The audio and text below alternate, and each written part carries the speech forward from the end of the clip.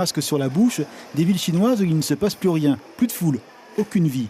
Et dans un monde devenu village planétaire, les virus voyagent à la vitesse ultrasonique. Et aujourd'hui, le monde du tourisme a la fièvre.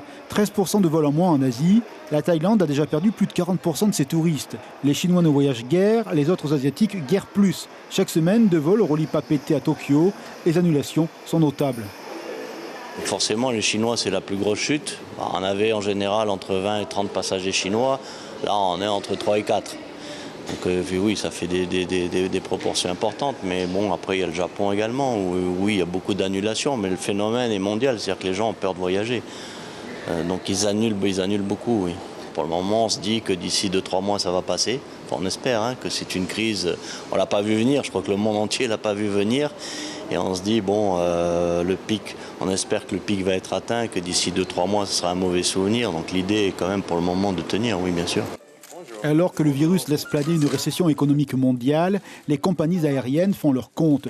27 milliards d'euros dans la colonne perte. Pour Air France, la facture sera de 150 millions. Toutefois, dans ces turbulences, le monde aérien bénéficie d'une conjoncture de rééquilibrage, la baisse du pétrole. Nous aurions une facture pétrolière qui s'améliore de 300 millions d'euros. Ce qui permettrait d'accuser le coup un peu du coronavirus. Alors tout dépend de la durée de l'épidémie, évidemment. On pourrait, comme vous dites, accuser le coup du coronavirus pour autant qu'on puisse avoir effectivement une reprise. Le tourisme est une des activités dont la croissance est assurée chaque année. Cependant, l'hypothèse d'une baisse de passagers est envisagée au niveau mondial, une première depuis 2008.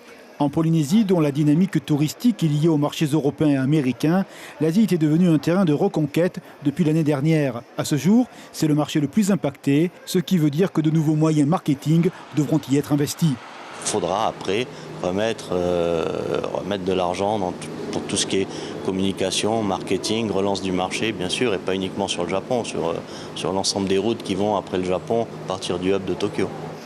Aujourd'hui, tout le monde reste suspendu à l'évolution du virus. Son éradication serait une bouffée d'oxygène pour l'humanité et pour ceux qui aiment voyager.